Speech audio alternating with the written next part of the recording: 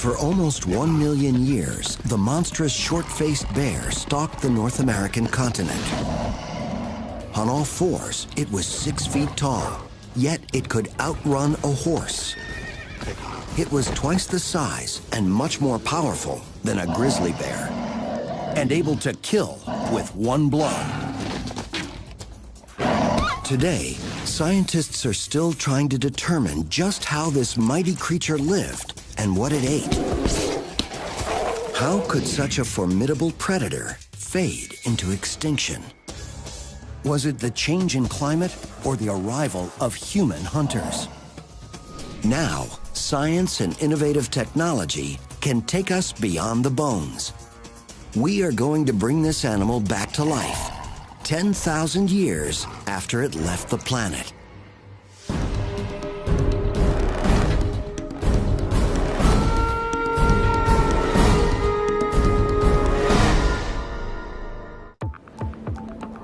North America, 14,000 years ago.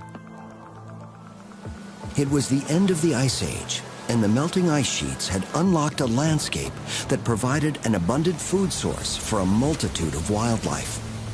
The continent looked like today's African Serengeti. It was teeming with mammals, herds of bison, horses, camels. Even huge mammoths roamed across the terrain.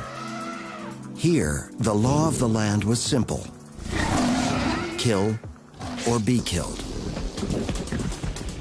In this harsh world, one animal stood above the rest: the short-faced bear.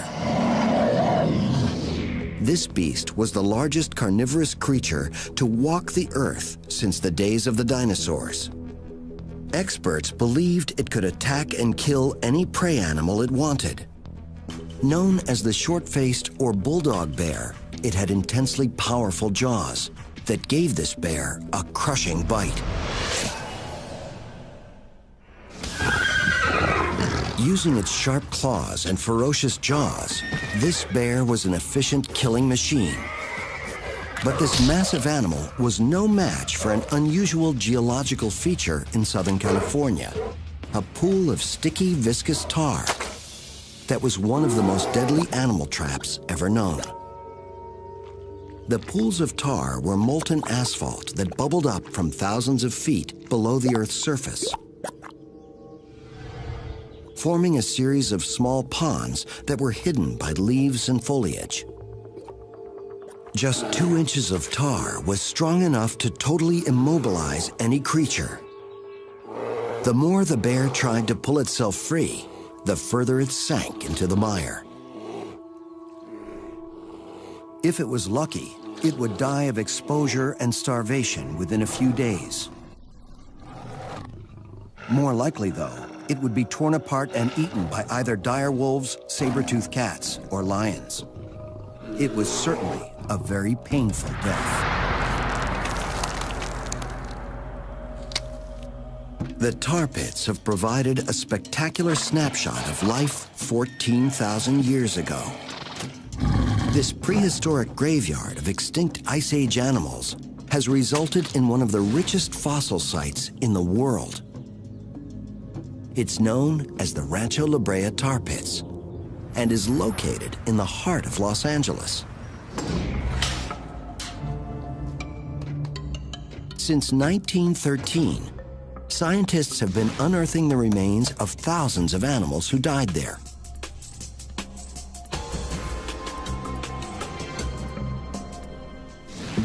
The George Page Museum has amassed a collection of over 3.5 million specimens,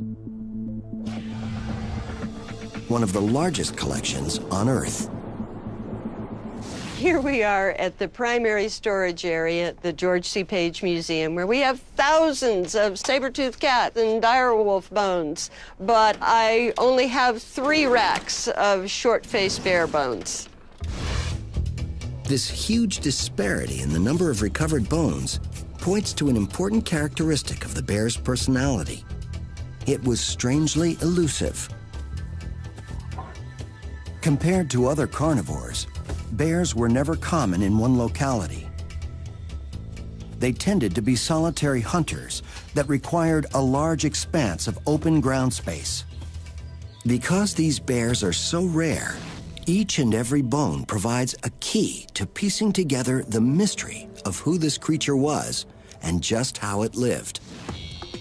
The vast collection of Ice Age animals at Rancho La Brea paint a vivid picture of a prehistoric landscape teeming with fierce predators, all competing with the bear. There were saber-toothed cats, dire wolves, and American lions. These apex predators had an abundance of prey to hunt for, such as bison, horse, camel, and even the giant sloth. There were also humans who had migrated over the Bering Strait from Siberia to Alaska about 14,000 years ago.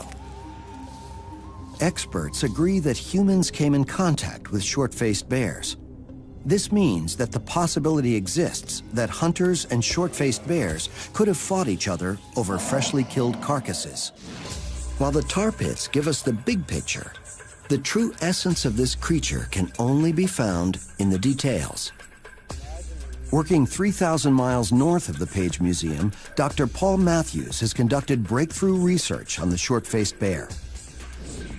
Inside his lab in the Canadian Yukon, Dr. Matthews has amassed a collection of over 3,000 bones from the short-faced bear and its contemporaries.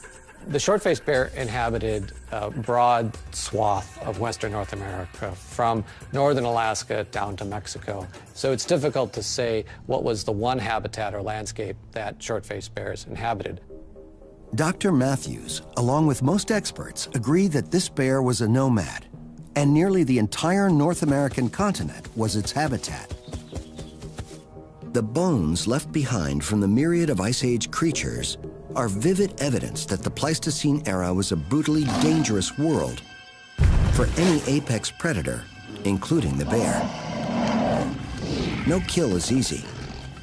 Any potential prey can and will fight for their lives. That animal's not going to stand there and let you just kill it. It's going to struggle. It's going to kick. It's going to try to get away.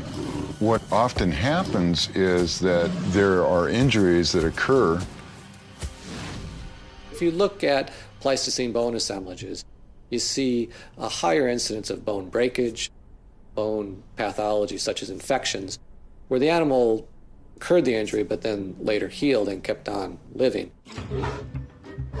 The closest North American relative to the short-faced bear would be its cousin, the grizzly. And while this bear may be as fierce, there are many characteristics that are very different. 14,000 years ago, the grizzly lived on the same landscape as the short-faced bear, but they weren't competitors. One, quite simply, dwarfed the other. Dr. Matthews lays out 3 bear skulls that tell a striking story. Well, what you're looking at here is a skull of the giant short-faced bear. Here's a skull of a fairly good-sized grizzly bear, and this is a black bear. The short-faced bear would have been about 1,200 pounds. This grizzly would have been about 500, 600 pounds, and this black bear 200 or 250 pounds. Walking on all fours, a grizzly bear is about 3.5 feet tall. The short-faced bear was 6 feet tall. And when it stood up, this huge creature measured 11 feet. Even amongst other monsters, it stood out. A short-faced bear is quite a bit larger, 2 to 3 times the size of a grizzly bear we'd see today. And the question always is why? Why such large size? Why did this bear evolve to be such a giant? Scientists theorize that the size of this bear made it a fearless hunter, able to kill very large prey unavailable to other predators. One such prey animal was the Jefferson ground sloth, an herbivore that weighed in at 2,000 pounds. Although slow-moving, its massive size was protection against smaller predators like the saber-toothed cat or dire wolf. Like today's elephants on the African plains, the sloth's massive size made it difficult to kill. If a sloth was attacked by a short-faced bear, it would use its best defense, sheer bulk. You can visualize the sloth rising up on its hind legs to make itself appear bigger and more impressive to chase off a predator. The sloth outweighed the bear by more than 800 pounds. But once the bear stood up, they were nearly the same height. I can see these two animals rearing up, and you would have like a boxing match where they're both up there, they're swinging at each other. In terms of weaponry, this bear had a pretty amazing arsenal. Imagine the reach of these long legs and sharp claws. It would be like a boxer standing up with a super long reach. According to Greg McDonald, the sloth's best defense was to inflict damage with its long, sharp claws.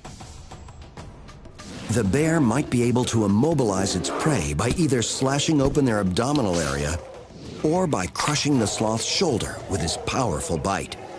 When you think of how powerful its jaw was, it would have created a lot of force that could certainly, if it got a hold of an animal's limb, would break it very quickly with the jaw muscles. With his shoulder broken, the sloth would be defenseless. With the potential of killing any animal on the prey menu, how do we know what the short-faced bear ate? Did it eat vegetation like its modern cousin, the grizzly? Or was it a confirmed carnivore?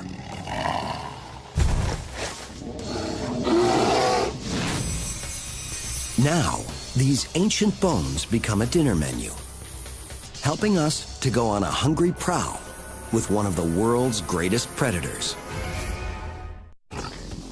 During the Ice Age, a monstrous predator stalked the American landscape: the short-faced bear. This animal died out about 10,000 years ago, but its bones provide an important record for paleontologists who are now studying this magnificent creature.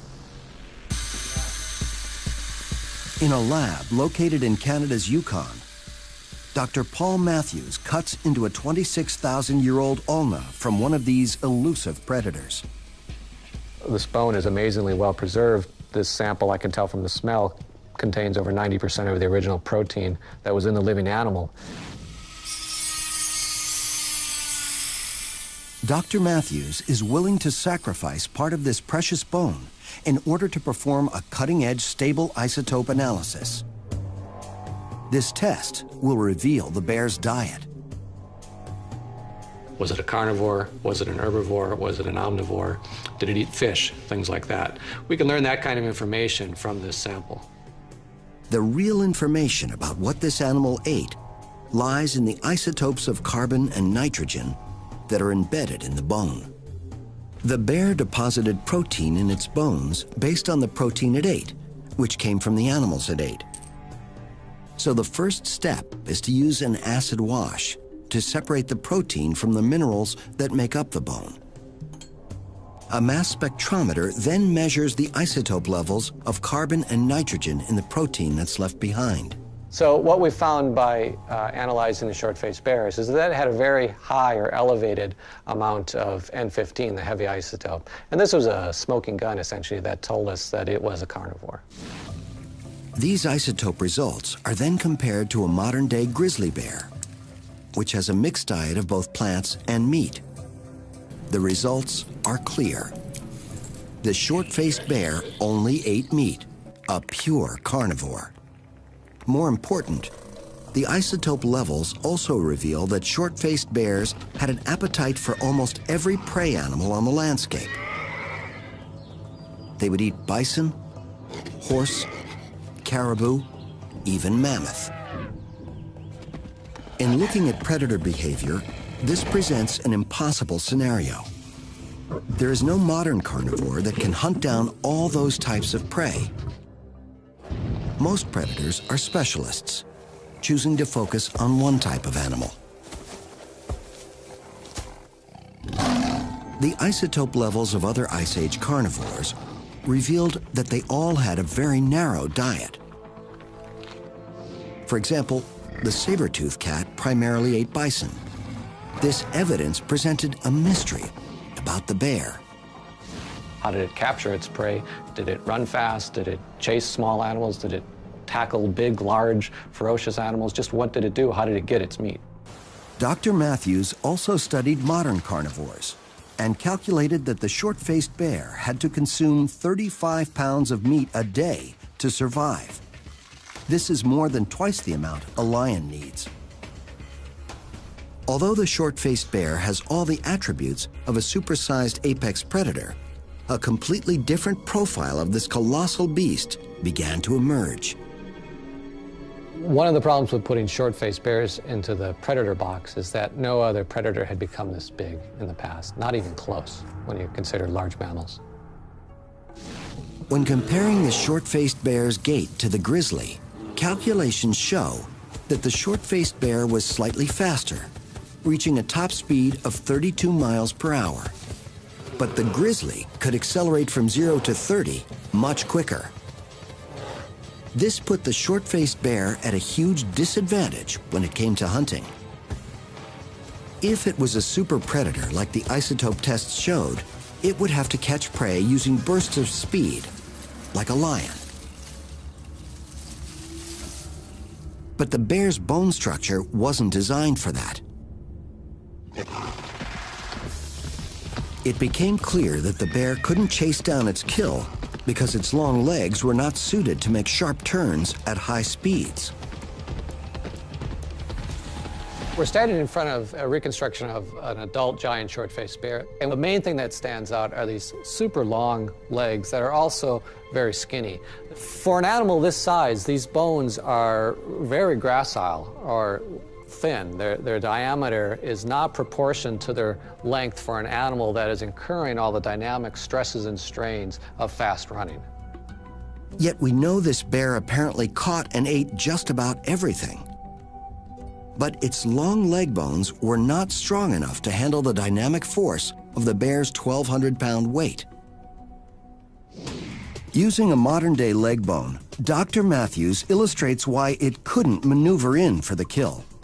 This is a tibia from a large mammal, and I'm going to demonstrate the effect of dynamic stress on it. This is a 5-pound bag of sand, and you can see that the bone is able to support the weight of that bag all on its own. But watch what happens when we put the weight in motion, which is the effect of an animal running.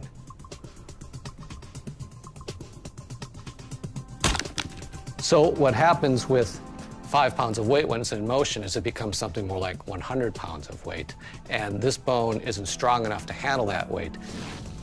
This simulates the effect on a bone when it slams into the ground during a high-speed chase. The short-faced bear could only chase an animal like a horse in a straight line.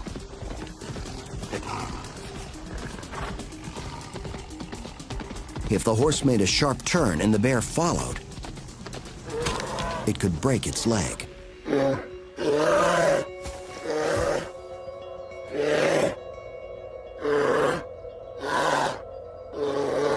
So when you start to piece together bits of evidence like this, you start to see a different picture of this animal. What you see is an animal that's very large, it's very lanky, that can travel at moderate speeds for a long time.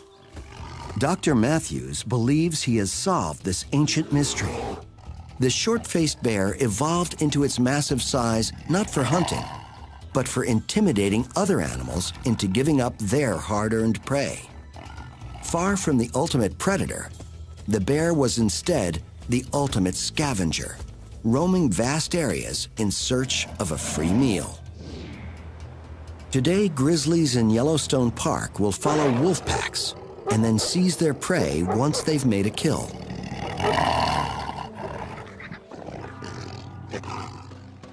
"14,000 years ago, the short-faced bear followed the same strategy. Just wait till a pack of dire wolves had run down and killed a bison.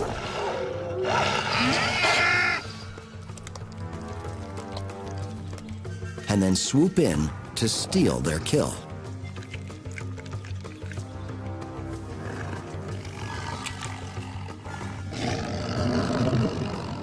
To protect their prey, the wolves would have encircled the bear and attacked him from different angles.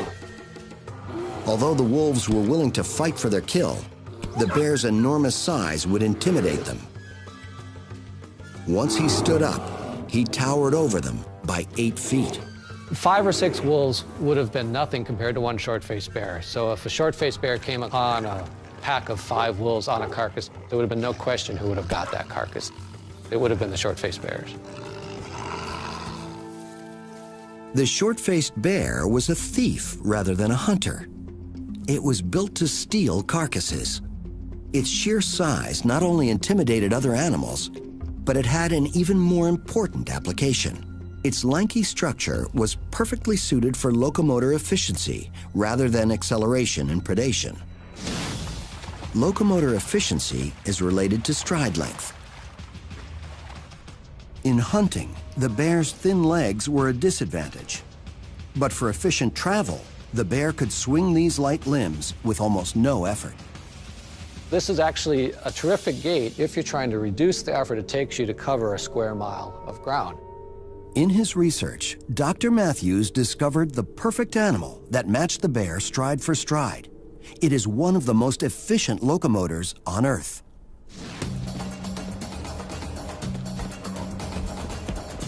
You would see a lot of similarity in the way that a camel swings its legs and a short-faced bear swings its legs. There would be a long swinging arc of the 2 legs on one side with some flexing of the abdominal muscles as well to affect that swing. With the help of light legs and long tendons that store energy and then release it like a stretched rubber band, a camel can save 70% of its energy on each stride it takes. This ratio allows the lanky animal the efficiency to glide across some of the most treacherous deserts on the planet. Using other animals as an analogy, Dr. Matthews was able to calculate the bear's cruising speed at 8 miles per hour, which it could maintain for hours at a time. And some of the rough calculations show that its home range would have been upwards of 300 to 500 square miles for a single animal. That's just crazy. We don't find a carnivore today with a normal home range size that large. With its locomotive efficiency, the short-faced bear could easily glide across the landscape in the perpetual search for food. Most important, this meant the bear burnt fewer calories in its quest to find a meal. But once the bear found a carcass, it still had to steal it.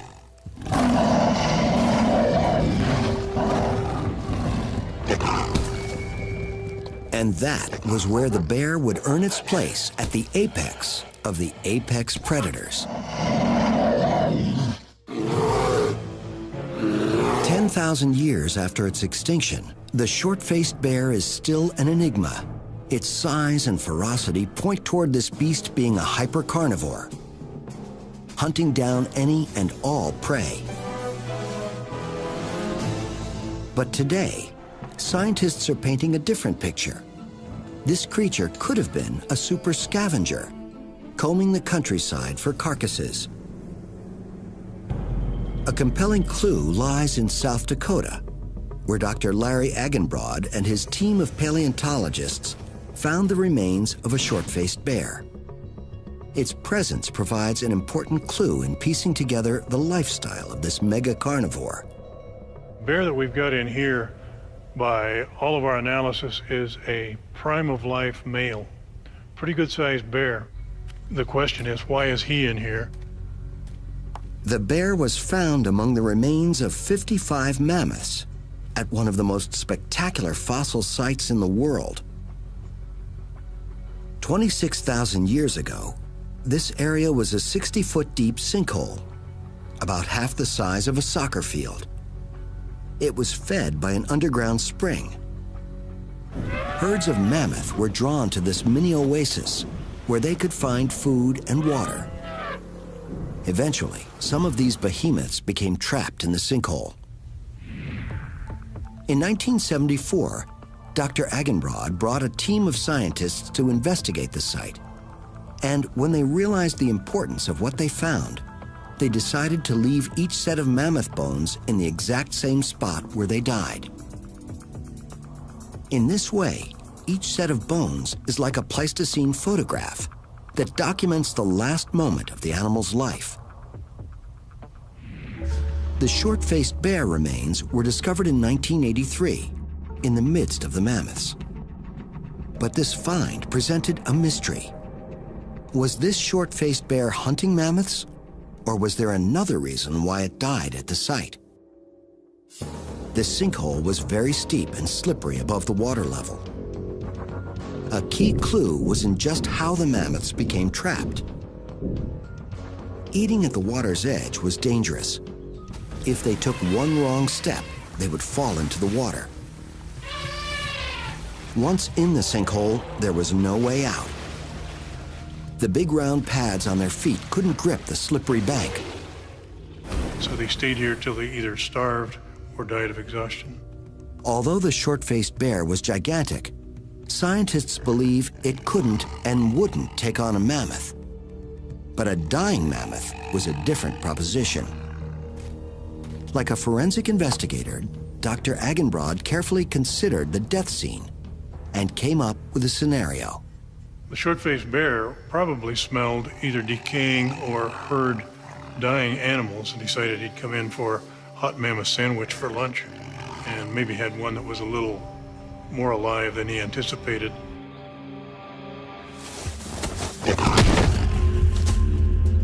The likely death blow was inflicted by the mammoth's trunk. No evidence was found of trauma to the bear's bones.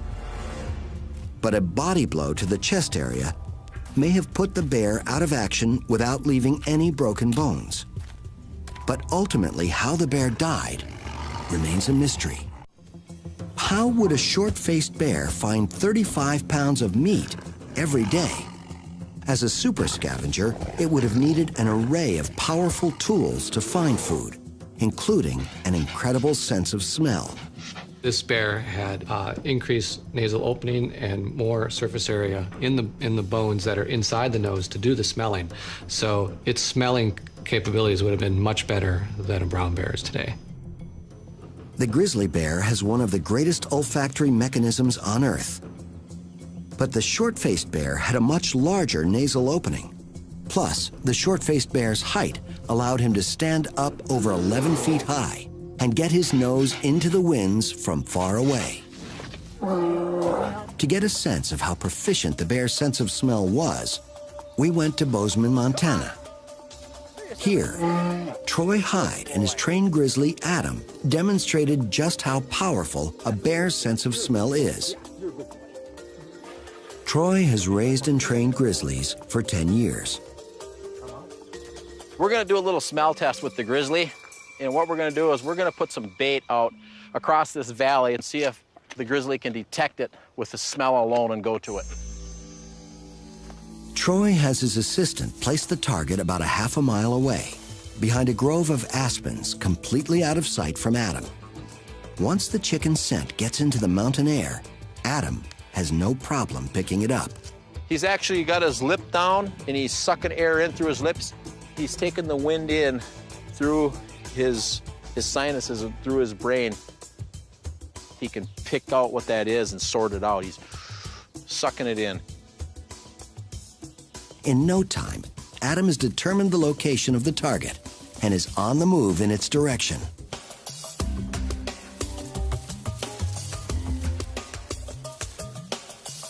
Adam has no problem finding the chicken. And Troy believes his olfactory range is much farther than the half mile he's just traveled. I believe he could probably smell 3 to 4 miles out if the wind was in his favor. So if Adam can smell food 3 or 4 miles away, this means that a short-faced bear, armed with a better smelling mechanism and operating in open country, might be able to find a carcass within a 6-mile radius. But taking possession of a carcass wasn't just as simple as finding it. Usually, there was another apex predator connected to the kill. I imagine in the Pleistocene many aggressive encounters between carnivores, actual all-out fighting.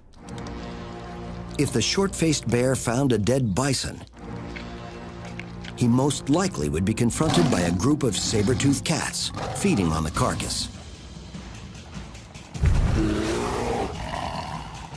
It would be size against numbers. The cats would stand and fight because of their advantage of 3 to 1. Their long teeth also presented something of an obstacle. Let's remember that this is still a bear. It still has a massive, strong skull. It still has powerful limbs and feet that could swat at a cat and keep it at bay. Since most animals won't fight to the death, the experts agree on this fight's eventual outcome. If the bear got in one good swipe and really debilitated one of the saber-toothed cats, they would probably retreat. Or in other words, the bear would kick the cat's butt.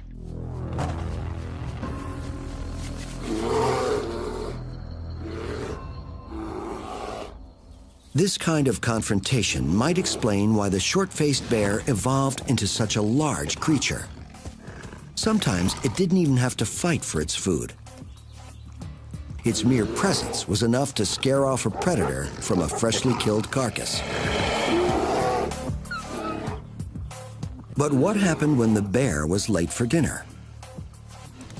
Like today's lions in the African Serengeti, no matter how fast the bear tracked down a carcass, other predators would have already eaten the animal's prime parts.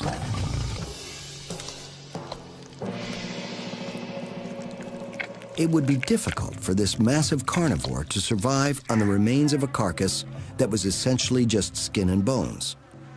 This is where the bear's short face came in most handy. Because its front teeth were so close to the fulcrum of its jaw, the bear's bite could crack open bones.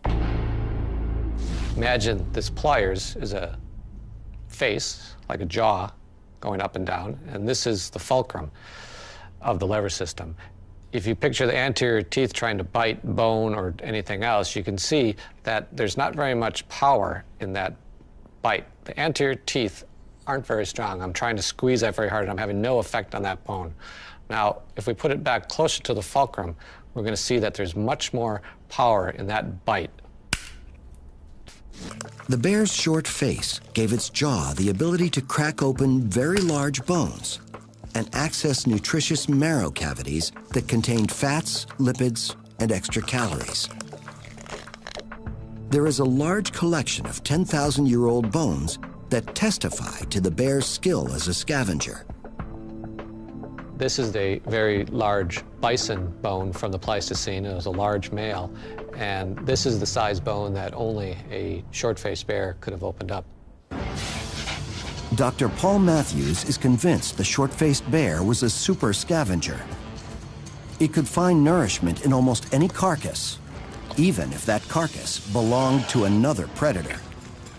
Those feet, they're bigger than a softball mitt, and they got great big daggers on the end of it. He could probably rip you in half with one blow. Some experts believe that while the short-faced bear didn't actively hunt prey animals, it was still king of the beasts. But there was another dangerous predator who appeared on the landscape: human beings. These creatures had the skills not only to hunt mammoths, but intelligence enough to kill almost any animal. Scientists are still investigating the relationship between humans and the short-faced bear. Dr. Eileen Johnson is the director of the Lubbock Lake Landmark in Texas. She's renowned for analyzing alterations to bone surfaces. She's been examining some short-faced bear bones that were butchered by humans. It is the only evidence we have of human-bear contact. I've looked at all the bear remains that we have, and particularly the kinds of cut marks that are on the bone.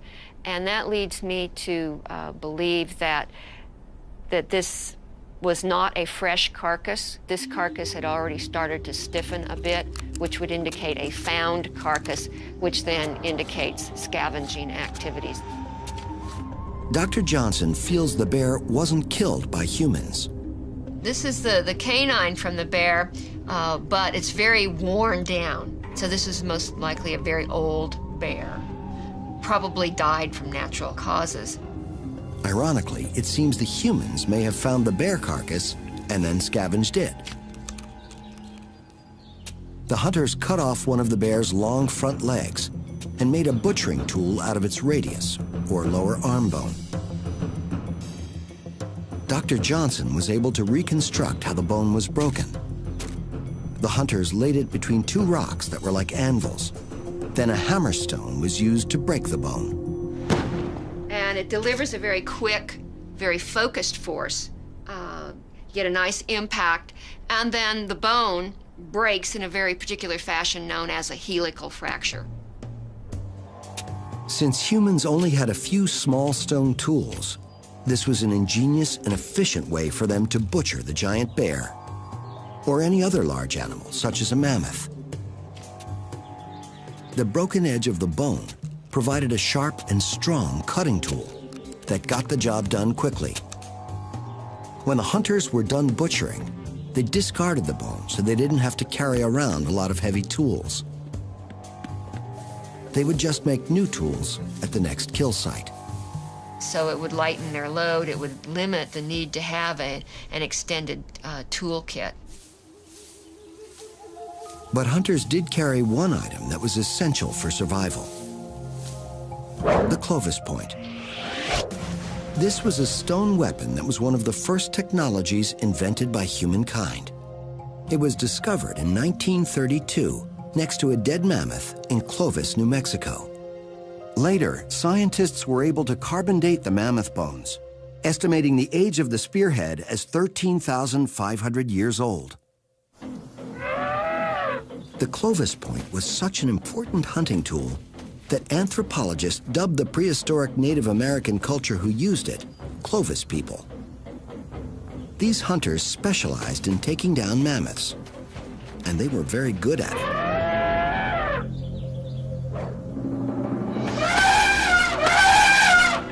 Paleontologists discovered one site in southern Arizona where at least 9 mammoths had been killed. But butchering a massive mammoth carcass would attract unwanted attention from a creature used to taking any carcass it found. If he smells a fresh kill, he's going to go for it. If there's a few funny-looking people around, that's not going to intimidate him. He's going to try to intimidate them, usually by standing up and giving a display of his size. But while the humans couldn't match the bear's strength, they did carry a lethal weapon that could protect them from any fierce predator. The aladar dart, armed with a Clovis point. The aladar was humankind's first mechanical invention. It was a stick with a hook or socket that a hunter used to launch a light spear armed with a Clovis point. This is a replica Clovis point. It's very sharp, and with a lot of power behind it, it's easily going to penetrate the bear's skin. When thrown properly, an aladar dart traveled at 100 miles per hour and was very accurate at close range. Still, Dr. Agenbrod feels it would have to be a very lucky shot. The hunters would have to aim for the vital organs that offered the most vulnerable target. Behind the bear's rib cage were its lungs, heart, and liver. You don't want to try hitting this animal in the head. You're going to be bear food if you do that. But who would have won this fight? In my opinion, Clovis people were very intelligent. They're using the very best tool material. They've invented a spear point that is a killing machine, and they're going to try to dispatch him. You don't want to be in direct competition with this bear because you're going to lose. These are people who are trained from their youngest time. They're trained with their weapons, so I think that they are capable of defending themselves. While the results of human-bear conflict aren't certain, there is one undeniable fact. 10,000 years ago in North America, the megabeasts suddenly went extinct. This event is unprecedented and unexplained. Along with the short-faced bear, the dire wolf, lion, mammoth, sloth, and saber-toothed cat were wiped off the face of the earth. The short-faced bear was the last to die out. Without conclusive evidence, scientists are still grappling with the reasons for this mass extinction. Currently, there are a number of popular theories. One is overkill by humans. I think the prime extinction method for Pleistocene megafauna was by human hunting.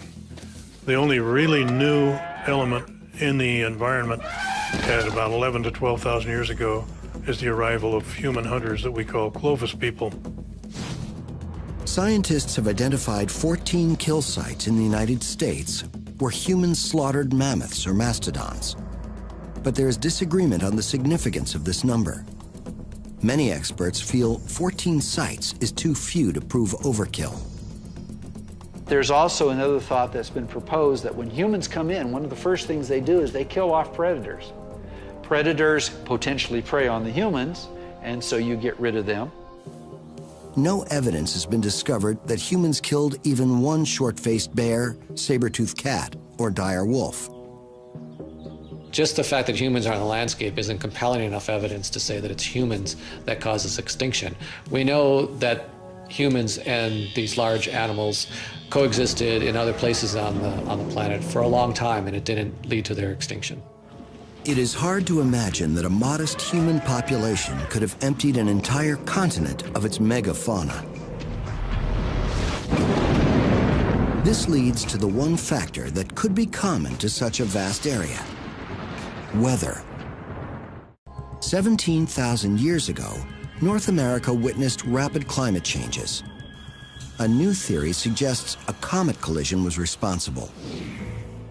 Some scientists believe there was a cold snap between about 12,900 and 11,500 years ago. This partial return to freezing ice age conditions put enormous stress on the ecosystem. We can tell from the isotopic analysis of the junipers that plants were greatly stressed. They weren't providing very much in the way of food, so there wouldn't have been very many herbivores. And in turn, there wouldn't have been that many carnivores. But detractors again point to a lack of evidence. Where are the deposits of starved or frozen animals that would be left behind had there been such a sudden climate swing? And how is it that the megafauna managed to survive numerous other glaciations during the prior 2 million years, only to succumb to the one that closed the Ice Age?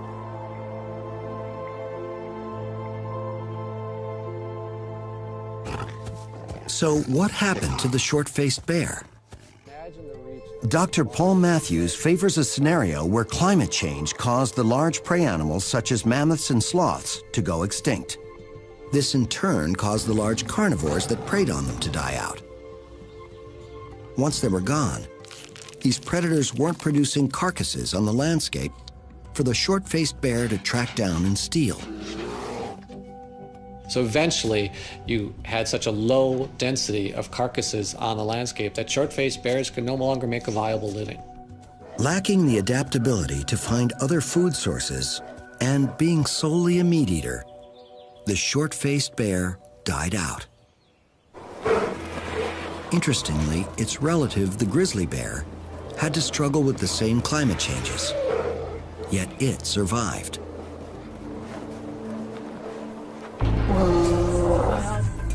Today, the North American grizzly, like Adam here, has the same abilities as his ancestors did 20,000 years ago. Grizzly bears can find food just about anywhere. They have the nose to find it. They're an omnivore. And so they can find those different food sources, which has allowed them to exist today. As we walked through the forest with Adam, the entire area was like a supermarket for him. The grizzly has the ability to find food anywhere, starting with the bugs and slugs that live under the rocks. One of the things you saw the grizzly use his body weight as he got low to pull the rocks back. You also saw him, when he couldn't move them backward, you saw him shove them forward, and he was using a rocking motion to loosen those rocks up to get them out. Plus, he has the brains and brawn to obtain hard-to-reach food sources. No matter if it's in a mountain stream or up in a tree,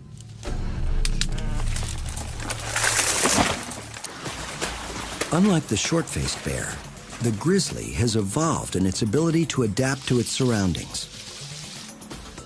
Although it prefers a vegetarian diet, the bear learned how to kill elk and deer in the lower 48 states, using short bursts of speed to surprise and blitz the animal. I think the grizzly bear took the short-faced bear's spot. Once the short-faced bear became extinct, I think the grizzly bear stepped right in there as our apex predator. It is believed that the short-faced bear lived on the planet for close to 1 million years. It finally slipped into extinction because it simply could not roll with the environmental punches that came with the end of the Ice Age. But today, thanks to innovative research, we can understand why the bear ruled our planet for so long. It could travel long distances using smooth locomotion. It possessed powerful jaws and sharp claws that could savage almost any animal. The bear dominated its world. Nature gave it all the skills it needed to maintain that dominance.